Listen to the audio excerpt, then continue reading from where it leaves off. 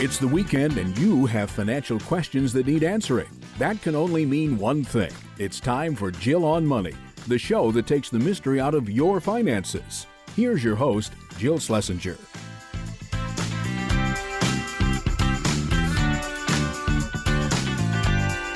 Welcome, welcome. It's the Jill on Money show. We are here to take the mystery out of your financial life. I'm Jill Schlesinger, CBS News business analyst and certified financial planner. Mark Talercio, executive producer extraordinaire, also a certified financial planner. And isn't that just dandy? Mark, have you done your continuing ed? You better get on it is right. Anyway, mine's sitting in my inbox waiting for it to start, but I have till the end of the year. I'm just waiting till you start to get your material so we can do it concurrently. That way we'll be good. It'll be like our good habits will rub off on one another. Wouldn't that be good? So here we go. We need to hear from you. And the reason we want to hear from you is we want to help navigate your financial journey. And I think that's just a dandy thing to do. And speaking about certified financial planners, we are sponsored by a company called Facet Wealth. Facet Wealth is a group of advisors who are all certified financial planners. What does that mean?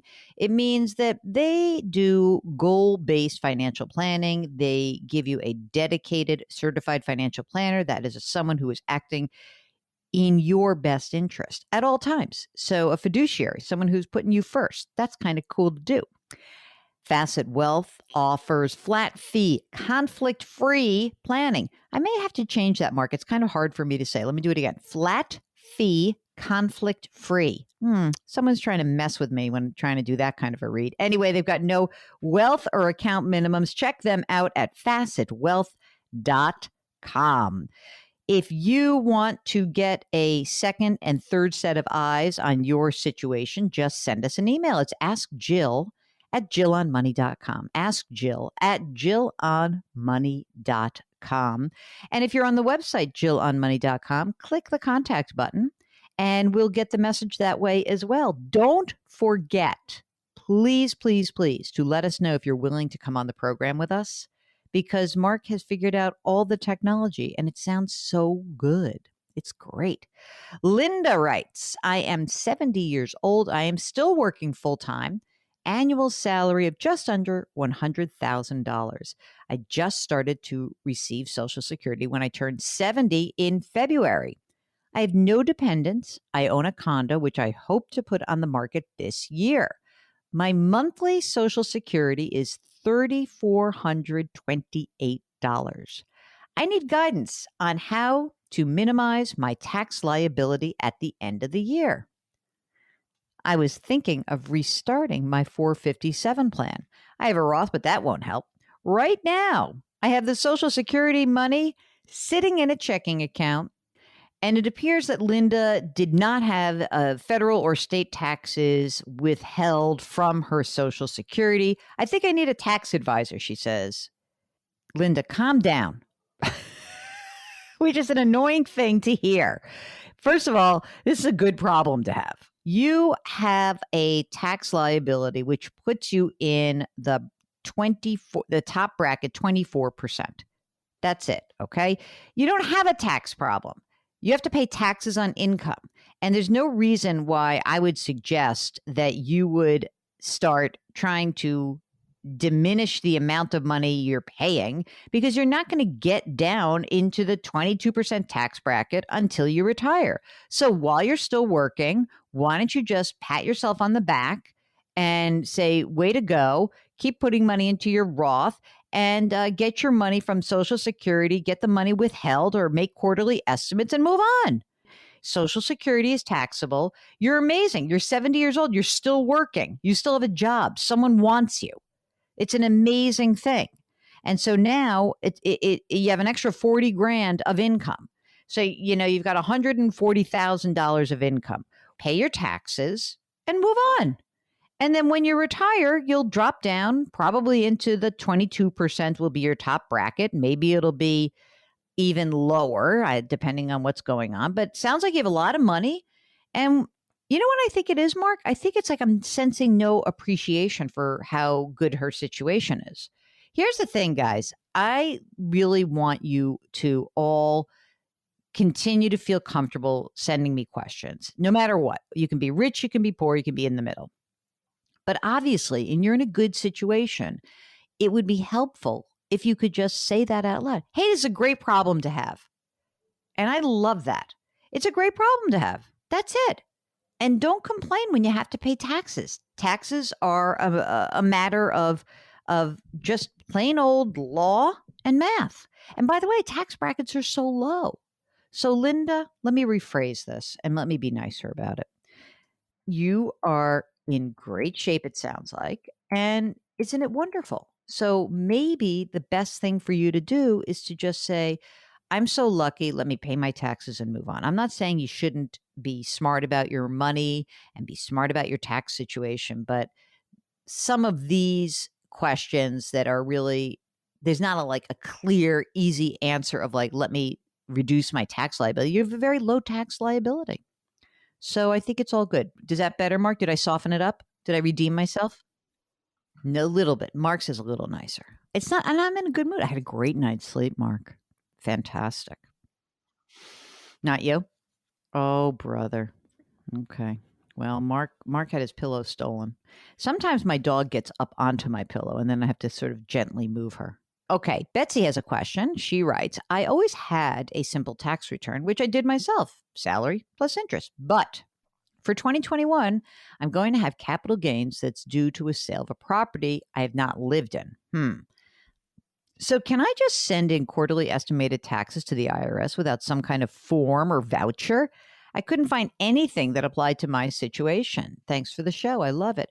Mark, I thought vouchers are online. I mean, my accountant just gives me my quarterly vouchers. You don't need a voucher, but here's what you do need. Hold on. I actually know this because I think I just did it.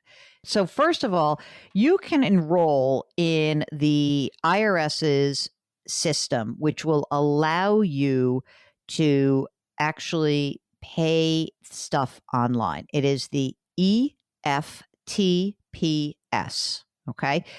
You register, you get an enrollment number, they send you a PIN, and then you start. Okay. Well, you may not get it in time, but so then the next piece is if you don't get that in time, because we're now talking to you, it's after April 15th. So we can't do that. So let's say she does that for the next quarter. So the next thing to do is you can make a payment, which is the Form 1040 ES, which is your estimated tax payment. And you can all you need to do is you make a check payable to the United States Treasury, write your social, your daytime phone number, and 2021 Form 1040 ES on your check. That's what you do. And then you're good. I think you're good to go. If you're running through the software, it will tell you what the estimated payments should be. All right? Hope that makes sense. Okay, you're listening to Jill on Money, where I'm going to just be much nicer the next time someone complains about their taxes. I never complain about paying taxes, Mark. You know that. If you've got a financial question, ask Jill at jillonmoney.com. We'll be right back.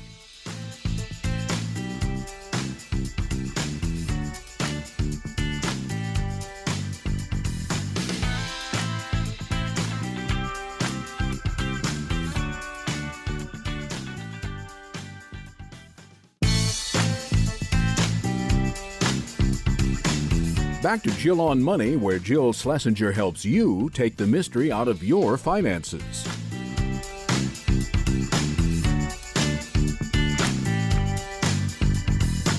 You're back. It's Jill on Money. And if you've got a financial question, an investing question, a Roth conversion question, an education question, let us know. Our email address, askjill@jillonmoney.com. We've got Joel from Seattle who is joining us. Hello, Joel. How can we help you out? Well, I am curious about how much company stock I should keep in my portfolio. I have two options at work. I get RSUs for like bonuses and things. And then I also have the option to invest in the ESPP, and the discount on the ESPP is 10%. And so I'm trying to figure out how much I should keep or sell right away and just invest, pay the taxes and invest in other things. So tell us a little bit about you. Are you personal life? Are you partnered, married, parent? What's going on? Single, no kids. How old? I am 42. And how much do you earn? All in last year was around 250. But typically I wouldn't make that much money. And that's kind of why part of the reason why I'm calling is because this year is probably, I'll never make this much money again, just because of the timing of RSUs vesting and our current stock price and things. So I don't want to mess it up. I want to save everything I can in the right places. So I've been doing with our company match on the 401k is 50% up to the max. I guess 19.5. Wait a minute. Is it still this year? You have a company that matches 50% all the way up, not just to 6%? It's not based on your percentage of salary. It's just, So for the first part of the year, what I'd been doing is I sold my initial RSUs and I'm using that to pay my expenses and basically putting everything into my 401k so that I can get that 50% match as soon as possible. That's awesome. Great. Okay. So you're putting 19.5. How much is in your 401k right now? I've been with this company for a couple years, for almost 4 years, I guess. That 401k is a 200,000. Do you have other 401k assets that you've either rolled over or not rolled over, but old stuff that's poking around? Yeah, I have all of that. I put over at TD Ameritrade, and I have 300,000 in those old IRA And those accounts. Are in rollover IRAs now? Yeah, all in one. Okay, great. Any other assets? We'll get to the RSUs and the employee stock purchase plan in a second. Any other money invested in general? Yeah, I have about 70K in a Roth IRA, and then I have 150K in other various trading accounts. Those are all in taxable brokerage accounts. Exactly, taxable brokerage accounts. And then I have about 12 months in my emergency fund, a little more than that. Do you own a home or do you rent? Cannot afford a home in Seattle, so I rent, and I enjoy renting. Bless you. That's great. Well, one other question. You said that you won't make this much next year. Well, let's say even this year. What would be like your normal base and normal bonus, not like extraordinary year? Yeah, probably around 170-ish, maybe 175. Okay. So it's still a decent amount. And what I'd been doing also is as soon as I had maxed out my 401k pre-tax, we have an after-tax we can contribute to get to that 50, whatever the total of 57,000 with the company match. And then there's an option on Fidelity, because this is through Fidelity, where they'll auto roll it over to a Roth. Oh. So they do that. So it's like the mega backdoor Yes, Roth. I love the mega backdoor Roth. You're putting away a lot of money. I don't want to mess it up. That I won't make, like I said, I probably won't make this much money ever again. And so I want to not mess it up. How much money is in the restricted stock units right now? Just 30,000. Okay. And that's ESPP and RSUs. Okay. Combined. I'm not going to guess where you work, but let's just pretend for a second that you were calling from Seattle and maybe you work for a company like Microsoft, which is, kind of on fire. Let's just pretend that for a second. I'm not saying that Joel works at Microsoft. I don't know that. Okay. So I'm just going to give the kind of general advice based on that. Microsoft's a great company. And there are so many times where I've heard from people like you who work at great companies and say, obviously, I should buy as much as I possibly can in the employee stock purchase plan because I get it at this 10% discount. As long as I, satisfy the holding period, it's all great. But I always point out that I still probably would rather you not do that because you're being awarded restricted stock on an ongoing basis. So, if you said to me, I don't have any RSUs, I don't qualify for that, I'd really like to participate. Okay, maybe. But, you've got exposure to the company, right? So if you look at your kind of like where you are in your investing life, right? You got $500,000 that's in traditional retirement. And by the way, do you have a 401k, a Roth option? Yes, I do have a 401k Roth option, but I've been doing the pre-tax option and then doing the Roth conversion. I like that you're doing that. It's also something to think about if your taxable income starts to drop more significantly, like if, I didn't make as much money in one particular year, maybe, now I'm really closer to like 150, not 200. And so maybe you might consider just doing all Roth. But again, you're saving a lot of money. I think that if you could take 5% of your total invested assets and say, that's the exposure that I feel comfortable having, in general with one single company. There's 30 now. You're going to get another 50. That's $80,000. I think that's, essentially it's a little bit more than 10% of your current invested assets. And I think that's plenty. I wouldn't do more than that. I really would rather you have more like 5% in the company stock.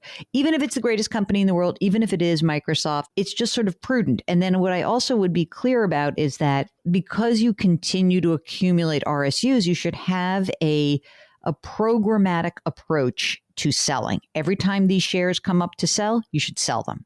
Now, I'm not saying you should do it in the middle of a bear market and sell them. Often what happens, it's the opposite. People will say to me, oh my God, the stock's at an all-time high. I don't want to sell. No, you should. That's exactly when you should want to sell. You take a little bit off the table at a time. So I wouldn't go crazy with the ESPP. You've got plenty of risk out there with the company. And I would do what you're doing and, again, diligently begin to unload those RSUs as they become available for sale. Okay. And for the ESPP, though, I can still invest. I would just sell it essentially when it vests and take that 10%, pay the taxes on it, and then move that money into other things. Two things about the ESPP. Okay. It's a 10% discount, right? Right. Well, if the stock goes down, it doesn't really matter. Yeah, So, still have to pay that. Yeah, exactly. So, I think we often will say like, oh, it's a discount. It's great. Well, that presumes it only stays the same or goes up. So that's one thing. What's the holding period on your the plan?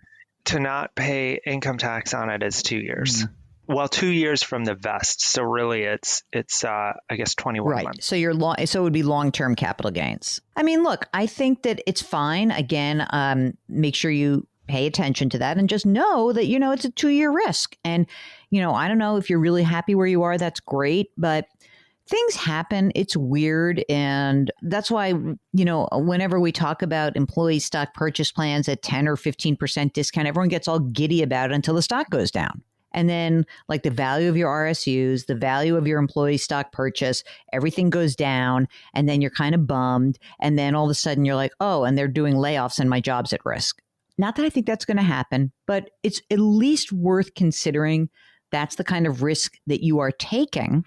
And then how much of that kind of risk do you want to absorb? That's why I say between 5 to 10% of your invested assets, no more. Got it. That's very helpful. Okay, we'll be right back after a quick word. Don't forget, during the break, go to the website, jillonmoney.com, bookmark it. That way, anytime you want to find out what's going on with us, it's there for you. And you can always just hit the contact button if a financial question arises. jillonmoney.com. We'll be right back.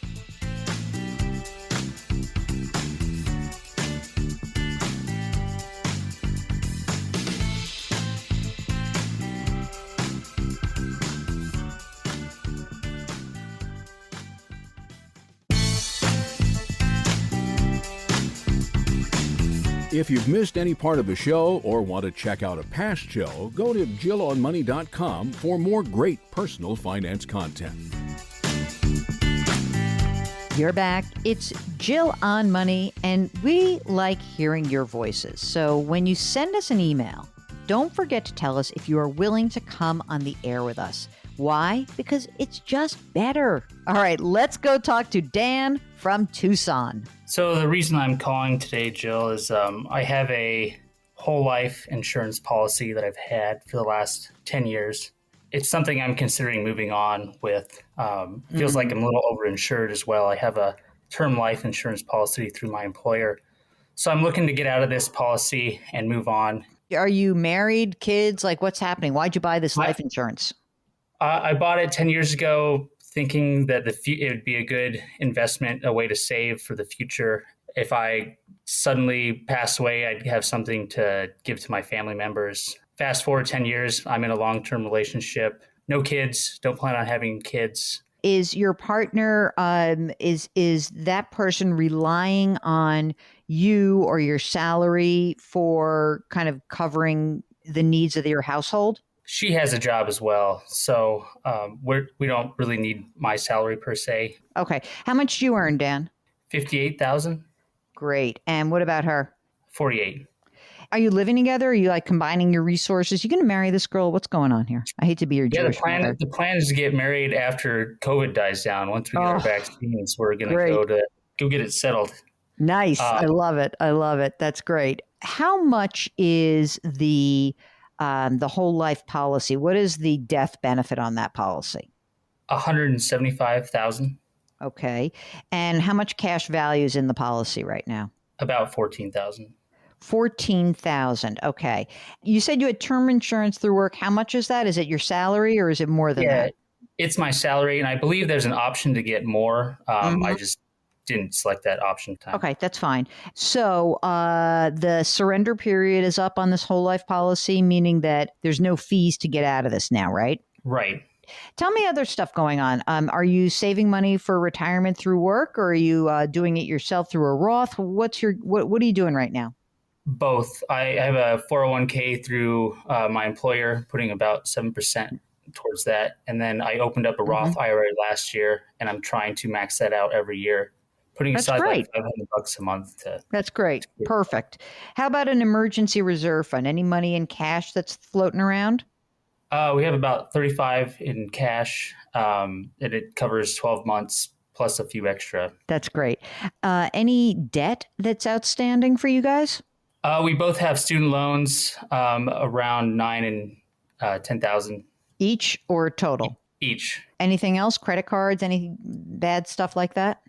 No, we're doing pretty good on the credit card front. So yes, you're going to get out of this thing. You're going to absolutely get out of this thing. No sweat. Normally, in the normal times, I would say get out of it and pay down your student loan debt. But I want to put a little asterisk on that. I wouldn't pay down your student loan debt right now. You're in forbearance, right? You're not. These are federal loans or private? Federal. Yeah, we're in COVID forbearance. Okay. So you got some time to see what shakes. Also, I would prefer that you wait to see whether they're going to wipe the slate clean on debt under $10,000, which is a real possibility, So you're going to get this money from the life insurance and the permanent life insurance. You're going to keep it on hand because maybe you want to pay down the debt. Let's see what happens. But at the very least, you don't need this. And you probably, you can do a little term life. You can either get it through work. You can add a little bit through work. You may even want to just look at what would happen if you guys just each got a term life insurance policy for the other one, and you just go to policygenius.com and you run the numbers and you see if you need any more. It may be that you just don't need a lot of insurance. It doesn't sound like you do. It was probably, as you now realize, a very expensive way to try to invest. But on the other hand, you're out of it. You get the money, you move on. That's it. That's all you need to know. It's really the most important thing. Do you have any other investment accounts or anything else that's going on that I should know about? I have a brokerage account with my IRA as well. They're both through Fidelity. You could take the money that comes out of the permanent life insurance policy and just throw it in there. You really could. It's not a problem. And yeah, I wouldn't. Again, it's such a strange thing for me to say. I never, ever say these kinds of things, but I would wait to see what happens with the idea of getting rid of student loan debt. And listen, it's not costing anything right now, so that's easier. If there's some intention, do you guys rent right now? We do. Any intention to buy in terms of the market there? I don't really know what's going on. We move around a lot. So we're fine just renting and just kind of letting that ride out and trying to build up our Roth IRAs and great. I love that. I love it. It's perfect. I like the idea that you're using your Roth IRA as if your salary keeps increasing, you can throw some more money into the 401k at work. Do you have a Roth option at work? A Roth 401k option? I do. I would use that because, I mean, right now you are in such a low tax bracket. And even when you guys get married, if you just, you put your numbers together, you guys are in the, will maybe be in the 22% tax bracket for some of your money, but you really are in low tax bracket. I would definitely, both of you, use the Roth. If any Roth option available through work, I would use. Okay, I'll look into that. What else you got? What else can I do for you? I guess my question with the Roth 401k, if I eventually have to transfer that down the line, if I move on from my employer, how does that work with the Roth IRA? Can I just transfer? Yeah, you just roll it over into your Roth IRA that you have. Oh, perfect. Well, I'm just going to do that then. I love it. That's great. And remember, everyone listening, people will try to sell you lots of things. At the end of the day, you buy insurance because you have a need for insurance, not because you want to be an investor through an insurance policy. So look, Dan just learned the lesson for all of you. Take his example and say, oh, wait a minute, maybe I shouldn't have bought that policy, or maybe I need to do something different. But I appreciate you sharing the whole situation with us, Dan, and enjoy the beautiful desert in the springtime and the beautiful blooming desert. And watch out for the javelinas, watch out for the snakes. And we really appreciate you being on the program with us. Thanks for taking my call. We'll get back to more of your questions in just a minute. Hey, during the break, hop on to the website and maybe even buy my book, The Dumb Things Smart People Do With Their Money. Hey, Mark, I have an idea for a second book. Oh my God, it came to me in the middle of the night, which is often when I wake up. All right, Jill on Money. We'll be right back.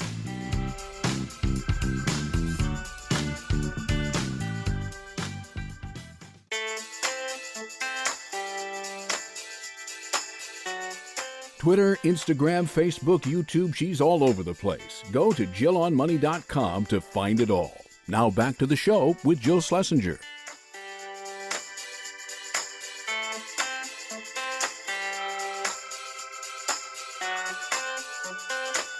You're back. It's Jill on Money, and we are presented by LifeLock. LifeLock, let us help protect your identity.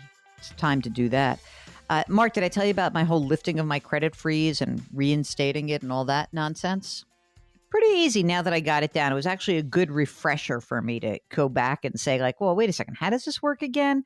And it's so funny because I froze my credit after the Equifax data breach. So it's already like years now. I had not touched it since. And the whole system has changed. So it was actually good because I went in, I logged in, I created all my new stuff. So it was good. So you can always temporarily lift a freeze, which is very helpful to do. Okay, so this is a program that takes the mystery out of your financial life. Send us your emails. It's very easy to do. Ask Jill at JillOnMoney.com. This is from Taylor, who listens to our sister broadcast, our podcast. He says, or she says, I'm not sure if it's a man or a woman, because Taylor, you would say, is non-gender specific, right, Mark? You would think of a female. Okay. I would think of a male because I think I only know a Taylor as a male. Oh, except Taylor Swift. Maybe this is Taylor Swift asking us a question. Wait a minute. Let me just, now I'm reading some of the details. No, it's probably not. Okay. Taylor writes, I listen to your podcast pretty frequently. I like the content, but I don't hear advice for young beginners just entering the workforce. Well, here it is. We're going to give it to you right now. And we do get that. We just sprinkle them in. Taylor's 23, fiance's 22. And Taylor says, I just graduated in December with a master's in accounting. Woo! She is in a doctorate of physical therapy.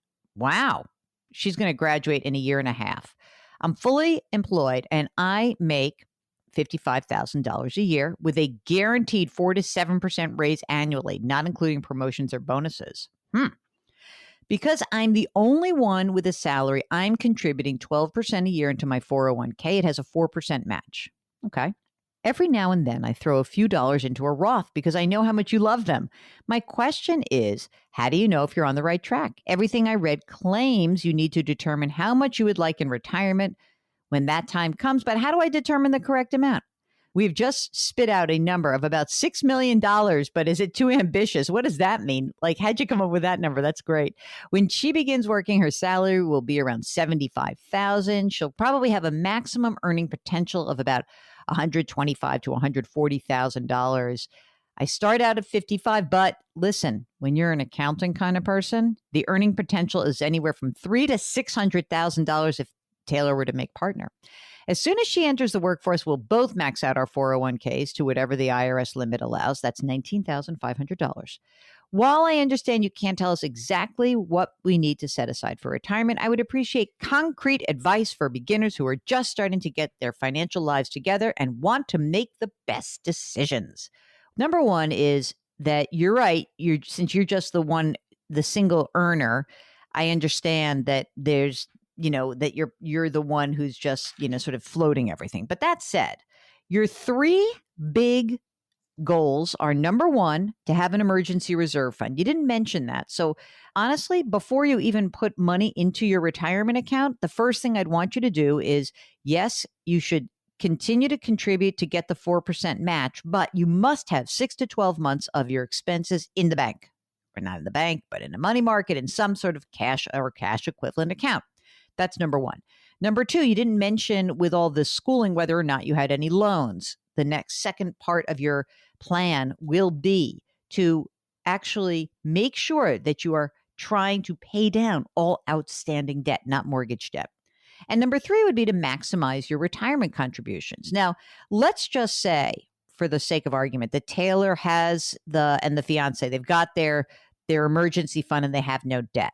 Then what I would say, Taylor, is what you should be doing right now is, instead of putting money into a 401k where you're getting pre-tax contributions, I would use a Roth. Because right now, maybe the only time you guys are going to be able to do a Roth, because you're going to be making a lot of money in the future. So I would use the Roth. So if you have a Roth 401k at work, use that. If not, use your 401k into work up to that 4% match and put the rest in a Roth IRA. Because your tax bracket right now is so low. So that's the most important part of this, that you guys are in the 12% tax bracket right now. Well, you will be when you get married. And then in terms of keeping track, don't go crazy. What I want you guys to do is both try to max out your retirement account. So if you're both putting $19,500 a year away, that's a good start. But I think that we don't really know what you're going to need in terms of your retirement. Start by saying, I want to max out my retirement accounts as soon as we're both working. And then let's start to get some idea about what your true spending looks like when you're no longer students and young marrieds. We start to sort of see what a household income looks like. And I think running your retirement numbers when you're 23 is a little bit, I don't know. I think it's a fool's errand because, it's great. Yeah, you're on it, but your life's going to change dramatically. I don't know whether you're going to have kids or not, but that's going to factor in. So those are your three goals: emergency reserve fund, pay down debt, and max out the retirement accounts. Those are your three pieces of concrete advice. Concrete enough? That is the right mindset. It's all about mindset, says Mark. And you got the right mindset. Way to go, Taylor. Okay, if you would like more concrete advice, go to our website, jillonmoney.com. All you need to do is hit the contact button. We'll get your message. Tell us what's on your mind. Tell us how we can help you out. And of course, let us know if you want to come join us on the show live. We'd love to have you. And you get to hear Mark's voice. It's Jill on Money. We'll be right back.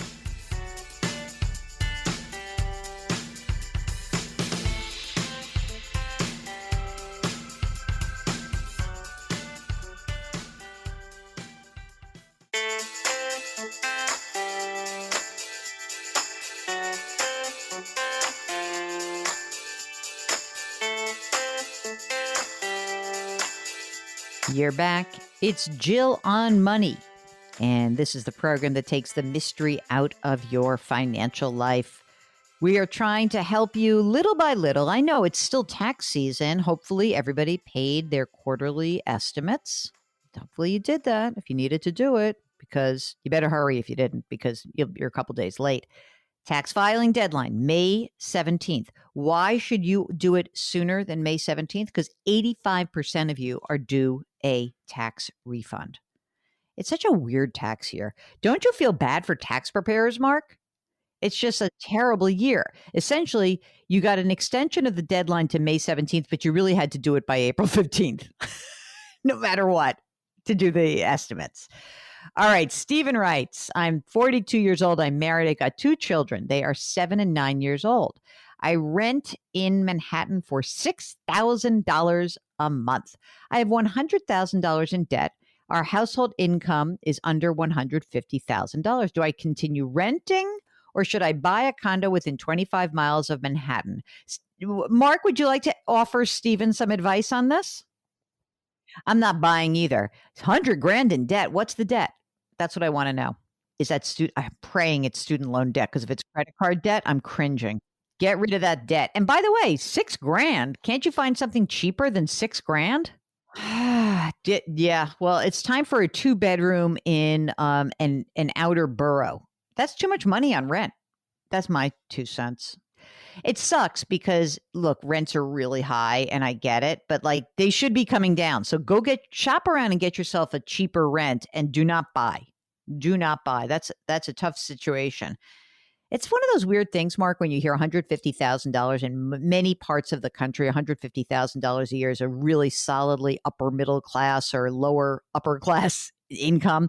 And in New York City and Manhattan, it just doesn't feel like a lot of money. And I understand that. Okay, you're listening to Jill on Money. Hey, when we return, we've got great news. We've got a return guest, one of my pals, going to talk to us about how you can consider a career change after this pandemic has now passed. So just stay tuned. It's Jill on Money. We'll be right back.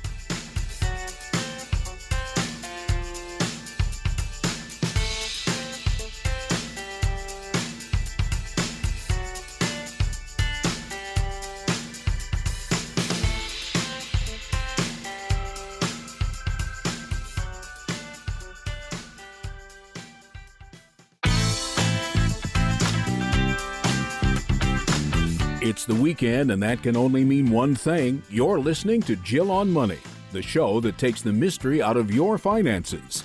Here's your host, Jill Schlesinger. You're back. It's Jill on Money, and this is the program that takes the mystery out of your financial life. We are so delighted to have a return guest. I really wanted to have him come on because we've been getting many questions about changing careers after the pandemic. And I think that as much as all of us want to think about doing this, it's hard to do it. So I said, let's go get my buddy, Chris Guillebeau. He is an author. He has a fantastic website. He wrote the book Side Hustle. He hosts the daily podcast Side Hustle School. He is the man who hosts the World Domination Summit every year. He does it all. So here is our interview with Chris Guillebeau. And I would love it if you could just talk a little bit about how you developed this idea around the side hustle, because it is clear to me that part of the pandemic is that there are going to be a slew of people who are embracing something that they kind of like doing and try to make money doing it. Talk a little bit about the side hustle. Yeah, well, that also kind of comes from, more than 10 years of traveling and meeting people and doing lots of, little reader meetups and such in different places. And I started noticing way back, I was like, there are all these people whose stories are not really being told. And you have like a whole startup movement, and you have all this focus on Silicon Valley and this Shark Tank model of getting funding for your business, which is all fine and well. But there's this whole other group of people who are, still have their day job. They don't necessarily think of themselves as like capital E entrepreneurs, but they like the idea of being able to make extra money and being able to do something that gives them options, I started just chronicling some of those stories and wrote a book called The $100 Startup that kind of catalyzed some of that stuff. It's not just like, and when we say side hustle, it's not like, driving for Uber or something like that. Like I'm interested in people who are trying to build something and actually create an asset of their own that can, hopefully bring passive income. And so, yes, as you said, the pandemic, like more and more people are doing this. Some of them are starting an opportunity or pursuing something that they had thought about before but never did. Sometimes there's some new opportunities that have presented themselves. And sometimes, people have either found themselves unemployed or begun doing remote work, which they weren't doing before. And so that presents, a chance to do something different as well. So it's really interesting to see how some people are making changes and adapting during this time. I think what's also interesting is that your community of people and the people who really love what you espouse, they're all different types. Can you talk about the idea of developing a side hustle while you have the safety net of a full-time job? Yeah. Well, I mean, isn't that the kind of the central goal of life, to figure out what it is that we are passionate about and also proficient in? What is it that we are actually, really good at, but we're also really excited about that thing. And I think if you can find that thing and then find a way to make it viable, then you've got it pretty good, right? There's so many people out there who are miserable for all sorts of reasons, not able or not willing to make changes, or they don't go through that investigation of what am I passionate about that I'm also good at, et cetera. And so the thing about starting it while you still have the job, to me, it just removes so much pressure. It makes it a much lower stakes kind of thing. Like I was talking with actually this guy who does some work for me, on the side. Like he and his wife have traveled a lot. They lived in a lot of different countries. They have this whole blog called Intentional Travelers.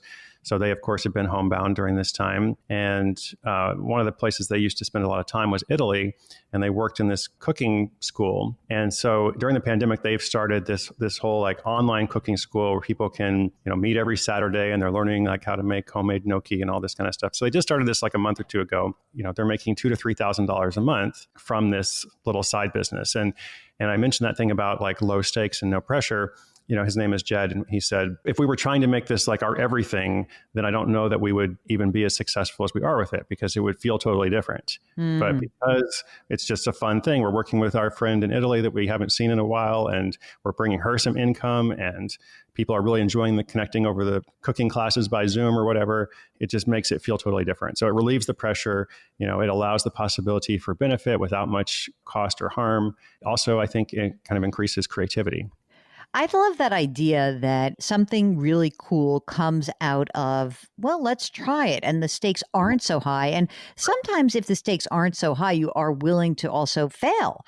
Like, yeah, I'm sure you heard the story about like the founders of Slack, that Slack was basically a way that these founders were talking to each other because they were trying to develop a video game. The engineers were like, well, they sort of started programming this and they were communicating through this thing. And they thought the thing that they were communicating through was the business, not the thing they were trying to build. They kind of happened upon it. That's the coolest thing in the world, isn't it? I think it's really cool. I also think it's quite common in a good way. It's like in the way of the more you experiment, the more you try stuff, then, that's how you're going to find, like there was a classic Steve Jobs quote about this, about how you can't always connect the dots looking forward. But if you look back, you're like, oh, this thing that led to this thing. And if I hadn't done this, then I wouldn't get to where I am now. And so that includes, the failures of your life. That includes the setbacks and challenges. It includes the things that you're really excited about but didn't quite work. It might also include things that you were pretty good at, but you realized you actually didn't like doing that thing. And so hopefully you made a change, because a lot of people are not able to make it. Like if they're in a situation that other people look at and say, you should be happy, like you have a good job or a good situation or whatever, it's often hard to kind of say, well, it might be good in some ways, but it's not really what I really want. So what can I do to begin making change toward that? On your website, which happens to be called amazingly, chrisguillebeau.com, we'll link to it. You have your philosophy. I love number one, which is you don't have to live your life the way other people expect. When do you think you understood that about yourself? I think in some ways I have always kind of lived it, but I don't think I really had much self-awareness about it until probably my mid-20s or something. I mean, at that point, I had several years of living in Sierra Leone and Liberia as an aid worker, and I'd also been traveling other places, and I had started working on my own since I was 19, like selling things on eBay originally, and then a bunch of other businessy things. I had all these experiences. There was like a collection or a hodgepodge of experiences, but to really start, thinking about this nonconformist life, or this like, how can I create or design the life that I want? And, throughout life, other people have all kinds of ideas for you, and, they have their preferences and, things that they would like you to do, or things that make them comfortable. But then you can also take a step back and ask yourself, what is best for me? And so it's probably like a journey that, I'm still on, I'm sure, but I started writing about it when I was about 30 years old. I think that part of the experience that you recount in, traveling to 193, right? 193 countries is also in finding some amazing stories every place you go, but also saying, this is what I like to do. I like to be out and about and travel, which of course contributes to what is obviously a much more difficult time for you, because you are an introvert who is somewhat extroverted. You have no fear. You go anywhere, right? And now, what is the outlet? How are you scratching the itch of connection and being outside of yourself? I think that a lot of those virtual experiences are really wonderful. I don't connect super well through them myself. So for me, I think, in some ways I have withdrawn a bit. In other ways, like this conversation that we're having right now is really wonderful and affirming. And like after we end this conversation, I'm probably going to go for a run, but I'll be thinking about this time. And so I just try to fill my life with things that are mindful. And if I notice there's something that's missing or something, I try to figure out what to do to get that. We'll get back to our interview with Chris Guillebeau in just a minute. If you've got a financial question or you want to know how you can make your career change, just send us an email. Ask Jill at jillonmoney.com. We'll be right back.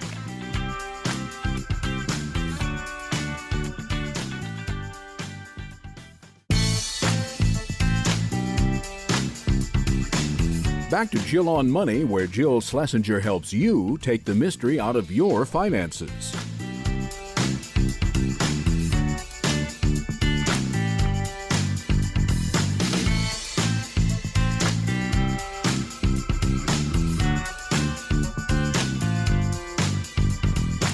You're back. It's Jill on Money, and we are so happy you are listening to us this weekend.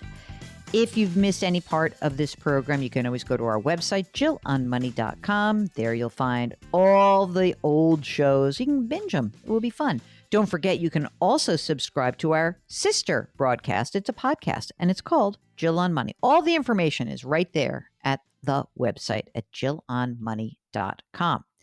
Okay, so we are about to go back to our interview with Chris Guillebeau. He is the master of the side hustle. He's got such great advice.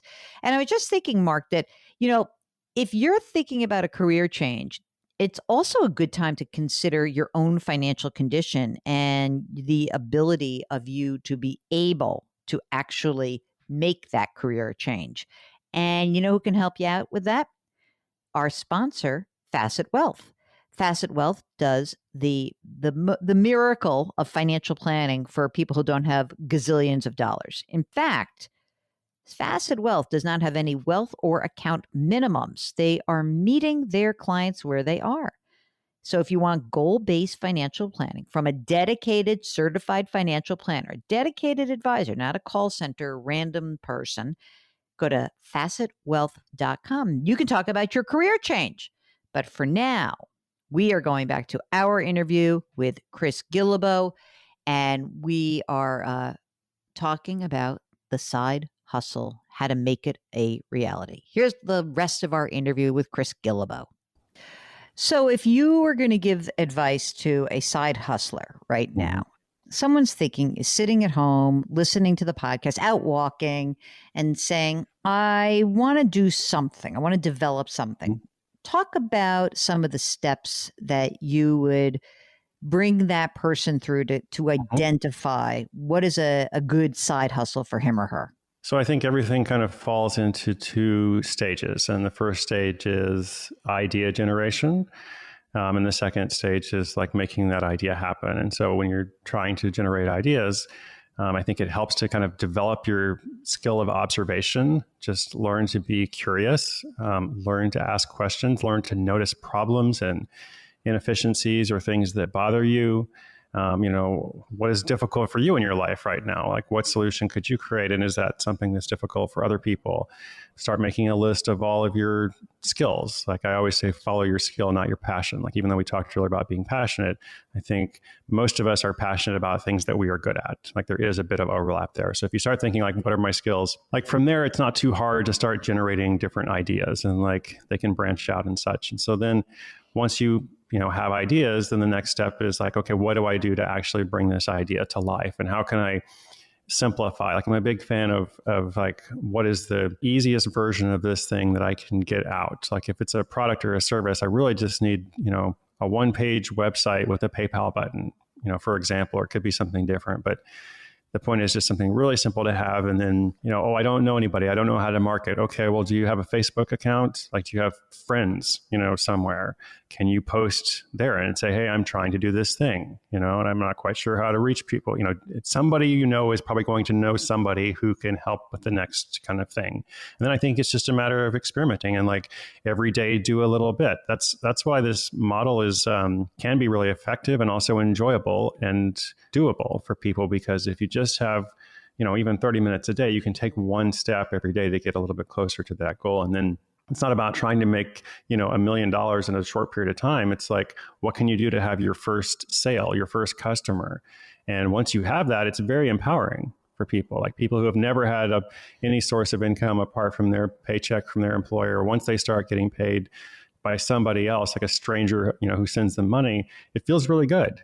And you're like, what can I do to have more of that? I remember the story, I think it was in Side Hustle, where somebody was like, I'm really good at, accounting or something, and then start doing that for others, like some skill that you probably take for granted in your real life, right? Or in your work life. And then say, hey, I'm a IT person at work, and then in my neighborhood, I'm like the general IT person, and I get to do that. And I think that's so cool. In your community, like if I wanted, if someone's listening to this and they want to start, first of all, the first thing you should do is, besides listen to what Chris says, is to buy the book Side Hustle. Okay, let's be honest. But in your community, do you feel like community members are helping others with formulating ideas and maybe providing resources to one another? I think definitely. Like, I'm doing these monthly calls with people, or anybody can just, call in and we talk about stuff. But I also think, like, ultimately, that person out there who's trying to do this, like, they have to take a step. They have to take a step, because I do also sometimes hear from people like month after month who are, still kind of in this idea phase, and we try to like nudge them along. And I know there's a time and a place, that's a season for everything and such, but I think it's also possible. I guess what I'm saying is it's possible to kind of get stuck in that research process and never actually like do something about it. So I try to nudge people toward that more than just like more research or more resources or whatever. Right. The whole analysis paralysis. Mm-hmm. What has been a hard part of you establishing your own business? I mean, for example, I hear from people and they're like, I can do the stuff, but I can't quite get like my accounting done, or, oh my God, now I have to do my own taxes, or I use this, or someone did my, like, what is it that you've learned that you weren't so good at that you maybe, do you have to outsource it? What's tough for you, and what can you do to help people get over those tough things? Well, I mean, there's a long list of that. I mean, I would start with, like you mentioned, outsourcing. I'm actually not good at outsourcing, which is a problem, because, you can make a whole list of tasks you could outsource or delegate or begin working with assistants on. And I am really not a great manager. I think there's a big difference between leadership and management, of course, but ultimately you need somebody who's like, here's the process, follow this process, like developing a systemized process that other people can follow. I really respect people who are good at that. I couldn't say that I've overcome that, because it's been a struggle. And from time to time, I like try to address it in different ways, and maybe I make a little bit of progress. And then I kind of go back to saying, well, what am I actually good at? Maybe I should just be doing that because it kind of works, And so I haven't quite resolved that yet, but it's definitely an issue for me. I'm good at outsourcing, but I think that sometimes I get a little bit lazy. Like, I just want someone else to do it. What's interesting is, because I have a financial background, of course, the thing that I love to do is, like, I can't help it. I love talking to my accountant. Not that I'm going to do my own taxes, but I just like the process of like talking through things and, what have you thought about this? Or maybe we could do that. And I don't know. I think that that's sort of an interesting thing to me. And I think maybe the big lesson for me is that you have to assemble the team that makes sense for you. If you're really crappy at marketing, then talk to someone who's really good at marketing. What is your opinion of creating sort of an informal board of directors advisors? How do you feel about that? I mean, I feel good about that. I think some people will connect with it and some won't. So I think it's like, how does that land, with you? It's kind of like the research thing. It's like there's a time and a place. It's also possible to just keep getting advice from people without taking action, or also getting advice that you want to just kind of affirm your existing worldview, right? You're like, a lot of times people ask for advice. Like when somebody asks me for advice about something, I always say, do you really want me to say what I think about this? Or do you want me to say, that's a great idea, go and do that? And if that's the answer, that's fine. Like you're looking for affirmation, not advice. I think it's important to have people in your life who can say, Chris, you thought this was a good idea, but maybe you haven't thought about this, or this isn't working. You need to do a better job with this. Like I always worry sometimes if I don't have people like that in my life. Well, thanks so much to Chris Guillebeau for joining us. You can go to his website. Check it out, chrisguillebeau.com. Or, Mark, maybe we should. It's so hard to spell that name. So maybe let's just link to Chris Guillebeau's website in our show notes. It's Jill on Money. The show notes are posted over the weekend. Mark will put it all there. JillOnMoney.com. We'll be right back.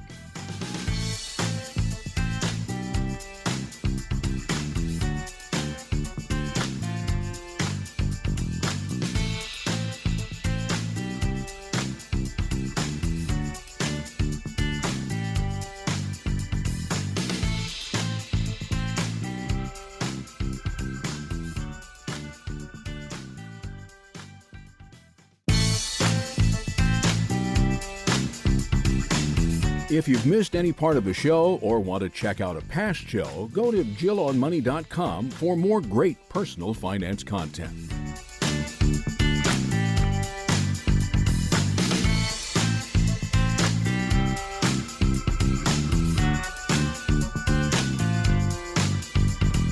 You're back. It's Jill on Money. I just chastised Mark during the break. Are your feelings hurt? You have thick skin, but that wasn't a bad one.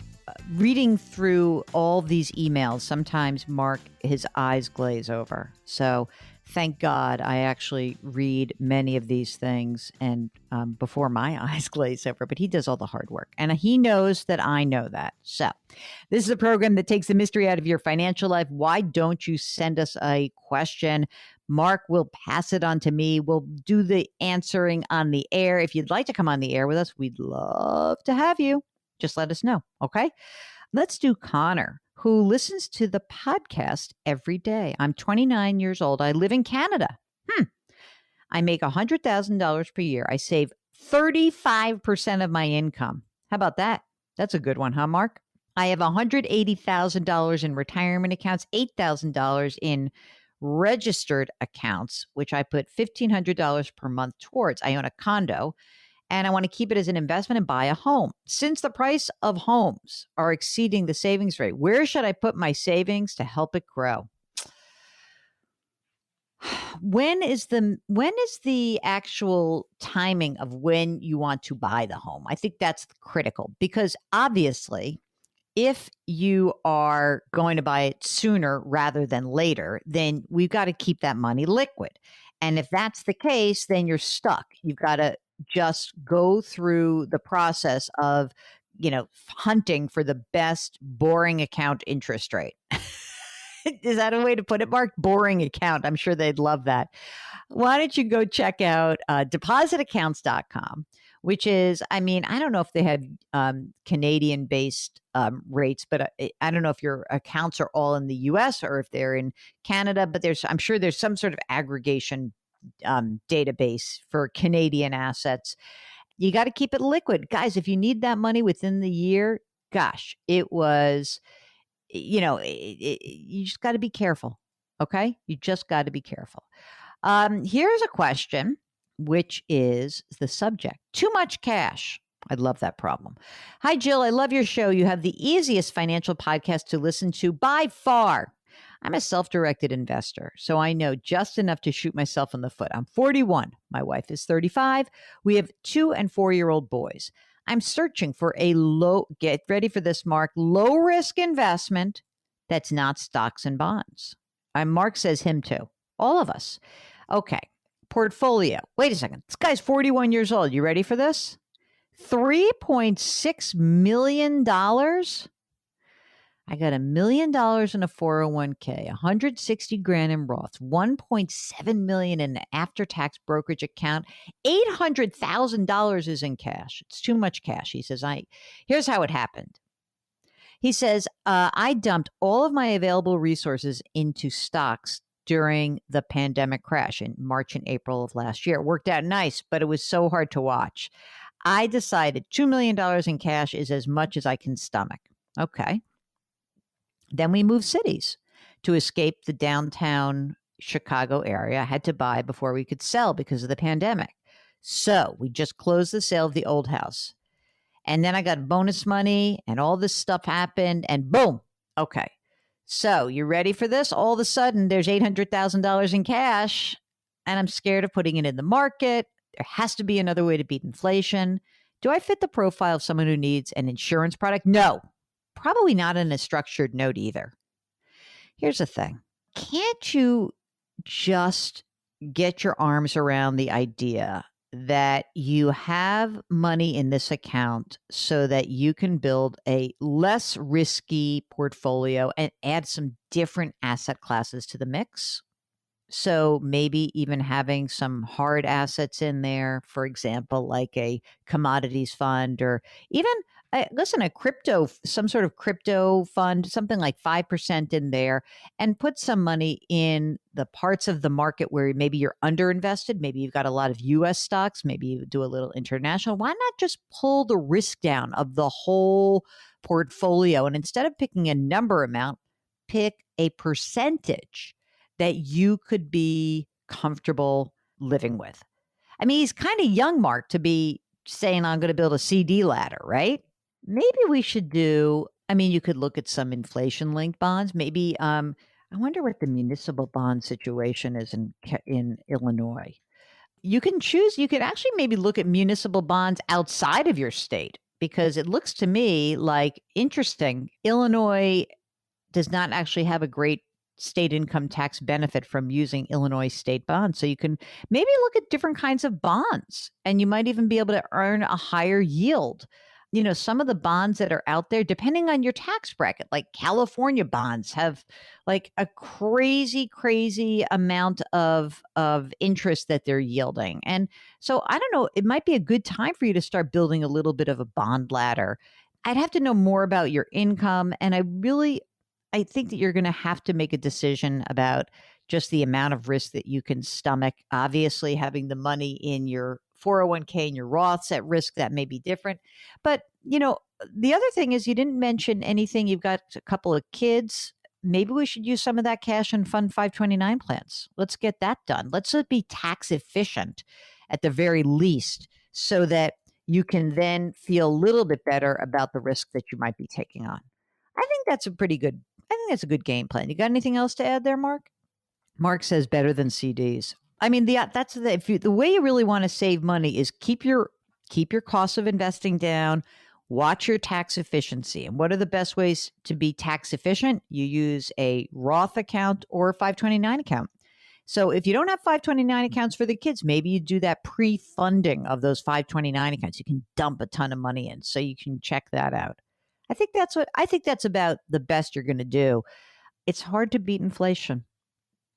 It really is. And it's going to get easier because the environment is changing. We just last week had a report showing the little bubbling up of inflation. Prices are going up, gang. So I don't think that that's something that we're going to have to worry about too much more. We're going to see inflation bubble up. Interest rates are going to rise, and you're going to have better deals on bonds. So you might want to check that out. Okay, you are listening to Jill on Money, and when we return, more of your questions. We'll be right back.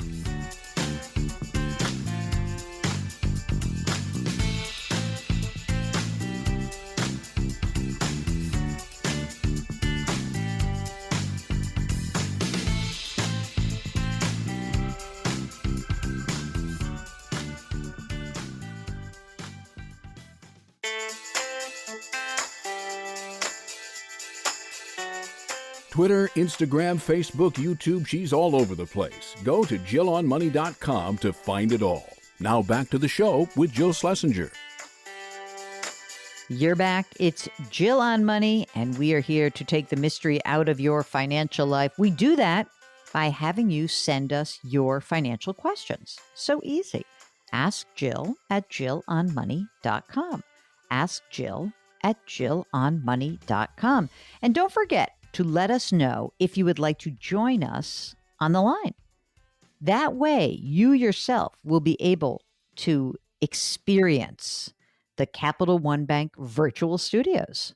Capital One, this is banking reimagined. What's in your wallet? Mark, after going into various studios and testing microphones, I have to tell you, I think that our setup right now is really good. I don't think we're ever leaving the Capital One virtual studios, are we? Is there something to be said about having me conduct an interview live? Do you think I do better at interviewing with somebody live in the actual studio? Right. Mark says it's better, but how much better? You don't have to think about that. We'll think about that for you. Mike writes, thanks for sharing your thoughts and advice. I'm 36 years old. I work full-time as an academic librarian. Oh my God, that is a cool job, Mark. I like that. You get to be a complete nerd for a living and get to be around books. I kind of love that idea. Mike says, when I think about my 50s, I think that it would be great to shift to working part-time. Ideally, it would cover expenses, but if it's close, I could use savings to cover the gap. If it's not close, I would stay full-time. Okay, that seems real. I'm not sure how to think about the early withdrawal penalty on retirement accounts, though. Should I be putting everything into retirement plans now and only worry about the penalty if it comes up in the future, or should I be splitting savings between retirement and non-tax advantage accounts? Thanks. This depends a lot on your tax bracket right now. I'm going to assume that academic librarians don't make a ton of money. So I'm wondering, it would be fine for you to be able to, make pre-tax contributions, especially if you have a match. But we would be very interested that you build up some non-retirement savings, money that's already been taxed, so that you have that available to you.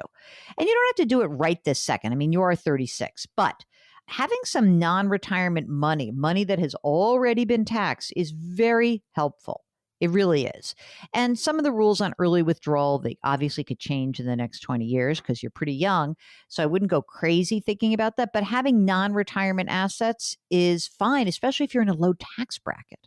Do I think it's worth doing that? Yes. And I like your idea of sort of being open, like, gosh, I'd like this to happen, but I don't know whether it's going to happen. So I think that makes sense. Let's see. This is from Bill, who says, I've got $50,000 in the Vanguard Wellington Fund. When it gains a few $1,000s, I transfer it to my money market. Should I be doing this, or should I just let the fund grow? Is this a taxable account or a non-taxable account, Bill? We want to know. I would just let it go unless you need money in your money market. I wouldn't transfer that money if you didn't need the money in the retirement account. Okay. This is from Angie for her father. Her father is 69. He's in great health. He's working full time. He's got $120,000 in a 401k, $80,000 in a rollover IRA. He just started to collect Social Security. It's $3,100 a month. He is living with my husband and me, and we're planning a renovation to add an in-law suite for which he will be responsible for about 25% of the cost. That's awesome. We believe the addition should be around $120,000. Additionally, he'll have a portion of the household utilities, probably $200 or $300 a month. He currently makes $65,000-$70,000. He spends $1,000 to divorced spouse per month that ends in 15 months. He's got a truck payment of $420 for the next 4 years, health bills, vacation, blah, blah, blah. All of that minus what he puts in his 401k. Both of his parents lived until they were 89. Holy moly. I believe he will live a long time, for which I'm grateful. However, that makes planning for long-term costs quite challenging. When I think of what healthcare costs could be in 30 years, it makes my head hurt. Please help us determine if he's ready to retire, or if it would be wise to continue to put money away for the next 5-ish years, as long as he's in good health, to increase his 401k by maxing it out, even if he works 3 to 4 days a week now that he's collecting Social Security. Thank you. I appreciate your comprehensive yet honest response about retirement costs and recommendations. Okay, I think he's going to keep working. This is just me. I think he should try to, and I don't even know if he should put money into the retirement account. I think that, he's got like pretty decent taxable income right now, right? 65 plus that, a little bit more because of Social Security. So I think if I were him, I'd want to build up my non-retirement accounts as well as the retirement accounts. Maybe I think I want him to consider whether he didn't mention whether he has any money that's just floating around as an emergency reserve, but I would like him to have some more money in cash. Here's a game plan I think is a good one. His work life should definitely go at least the 15 months to get rid of the alimony. And I'm thinking that maybe what he tries to do is that in the next year and a half or so, get rid of that money that he owes to the ex, and also get rid of the truck loan, unless it's 0%. And then I think that he really should be trying to build up some of his non-retirement assets as well as his retirement assets. So maybe a little bit of both would be helpful. I hope that works for you guys. And as long as he's happy at work, my mantra, guys, if you're happy and clap your hands. No, if you're happy at work, keep working, because it will make your later years a lot less financially stressful. Okay? I hope that helps. If you've got follow-up questions, let me know. You're listening to Jill on Money. Hop onto the website, jillonmoney.com, and don't forget to sign up for our free weekly newsletter. Every single Friday, Mark puts it out. Okay, we'll be right back.